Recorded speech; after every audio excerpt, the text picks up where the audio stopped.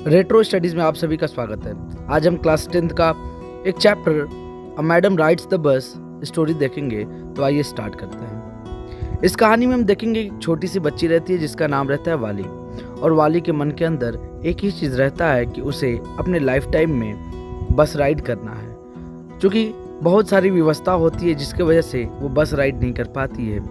और हमेशा ये क्या करती है कि अपने घर के बाहरी दरवाजे पे खड़े होके बस को देखा करती है और पैसेंजर्स को देखा करती है जो बस से आते हैं और बस से जाते हैं। अपने नेबर्स के माध्यम से, अपने दोस्तों के माध्यम से उसे पता चलता है कि बस राइड कैसे किया जाता है। जो भी इंफॉर्मेशन होता है आने जाने का, जो किराया होता है, वो सब इंफॉर्मेशन वो इकट्ठा कर ली होती है और उसके पास कुछ पैसे भी इकट्ठे हो गए होते हैं। जैसे जब बच्चे किसी कार्य के लिए बाहर निकलते हैं, जैसे खिलौना खरीदना हो, कोई टॉफ़ी खरीदना हो, तो उसे घर से जो पैसे मिलते थे या फिर मेला वो जाती थी तो उसको कुछ पैसे मिलते थे। उस पैसे में से कुछ पैसे वो बचा लिया करती थी और वैसे बचाते बचाते वो काफ़ी ज़्यादा पैसा बचा ली थी और इतना पैसा बचा ली थी कि वो आसानी से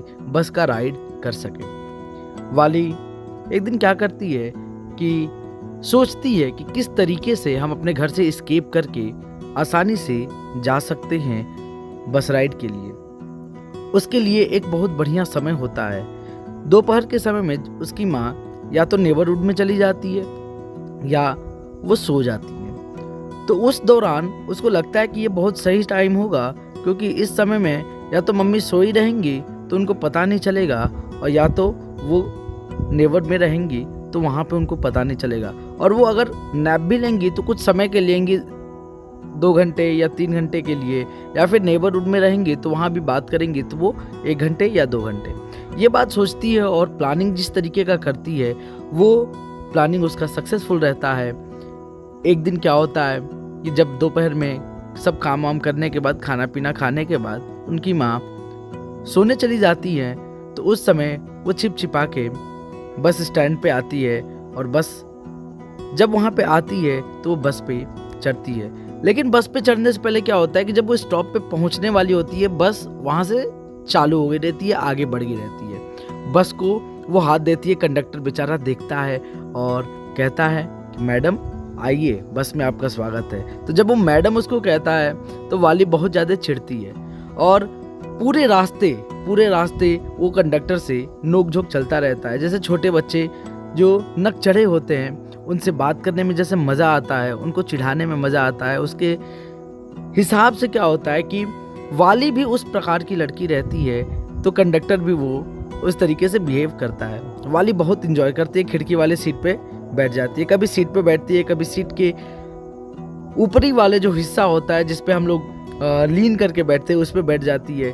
कंडक्टर बार बार कहता है कि मैडम अपने जगह पे बैठ जाइए, अपने जगह पे बैठ जाइए, नहीं तो आप गिर जाएंगे। वो कहती है कि मैं बड़ी हो चुकी हूँ, आप हमें बार बार ऐसे ना कहें, मुझे पता है मुझे क्या करना है। वो सिनेरियो का एंजॉयमेंट करते हुए आगे बढ़ती रहती है। तब तक उसे क्या दिखाई देता है कि एक गाय बस के आगे निरंतर चल रही है और बस का जो ड्राइवर है वो हॉर्न जैसे जैसे बजा रहा है वैसे वैसे वो गाय पूंछ उठा के बस के आगे भागती जा रही है। ये चीज़ देख के वाली बहुत ज़्यादा प्रसन्न हो जाती है। सफ़र फाइनली उसका गांव से टाउन तक का सफ़र कंप्लीट हो जाता है। जब शहर में पहुंचती है तो कंडक्टर कहता है कि मैडम अब उतर जाओ।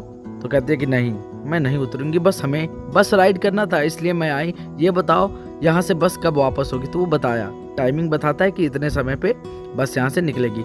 वो उसे और पैसा देती है, कहती है कि ये लो रिटर्निंग के लिए मेरा किराया और मैं यहाँ से रिटर्न फिर चली जाऊंगी। वो कहता है कि अरे आ जाओ, कुछ खा पी लो, मैं ही खिला देता हूँ भाई।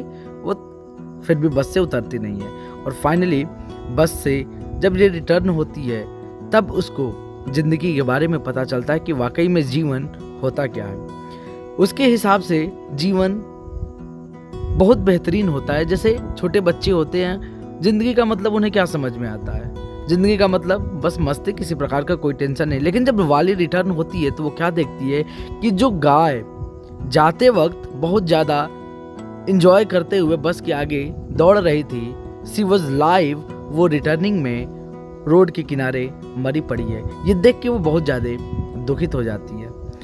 खुश वो इस बात को लेके होती है कि वो बस राइड की रहती है, लेकिन वो दुखित इस बात से होती है कि अभी कुछ क्षण पहले एक जीव जो था उसके अंदर जीवन था, लेकिन रिटर्निंग में उसके अंदर जीवन नहीं है। घर पे आती है तो देखती है कि माँ किसी से बात कर रही होती है, किसी बात को लेके डिस्कशन चल रहा होता है, उसमें वो कुछ बोलती है और जिस तरीके से वो बोलती है ऐसा प्रतीत होता है कि वो उन्हें बताना चाह रही है कि उन्हें वो करके क्या आई है, लेकिन एग्जैक्टली वो बताती नहीं है। और यहाँ पे वाली का जो बस राइड का शौक रहता है वो पूरा हो जाता है और यहाँ पे स्टोरी समाप्त हो जाता है।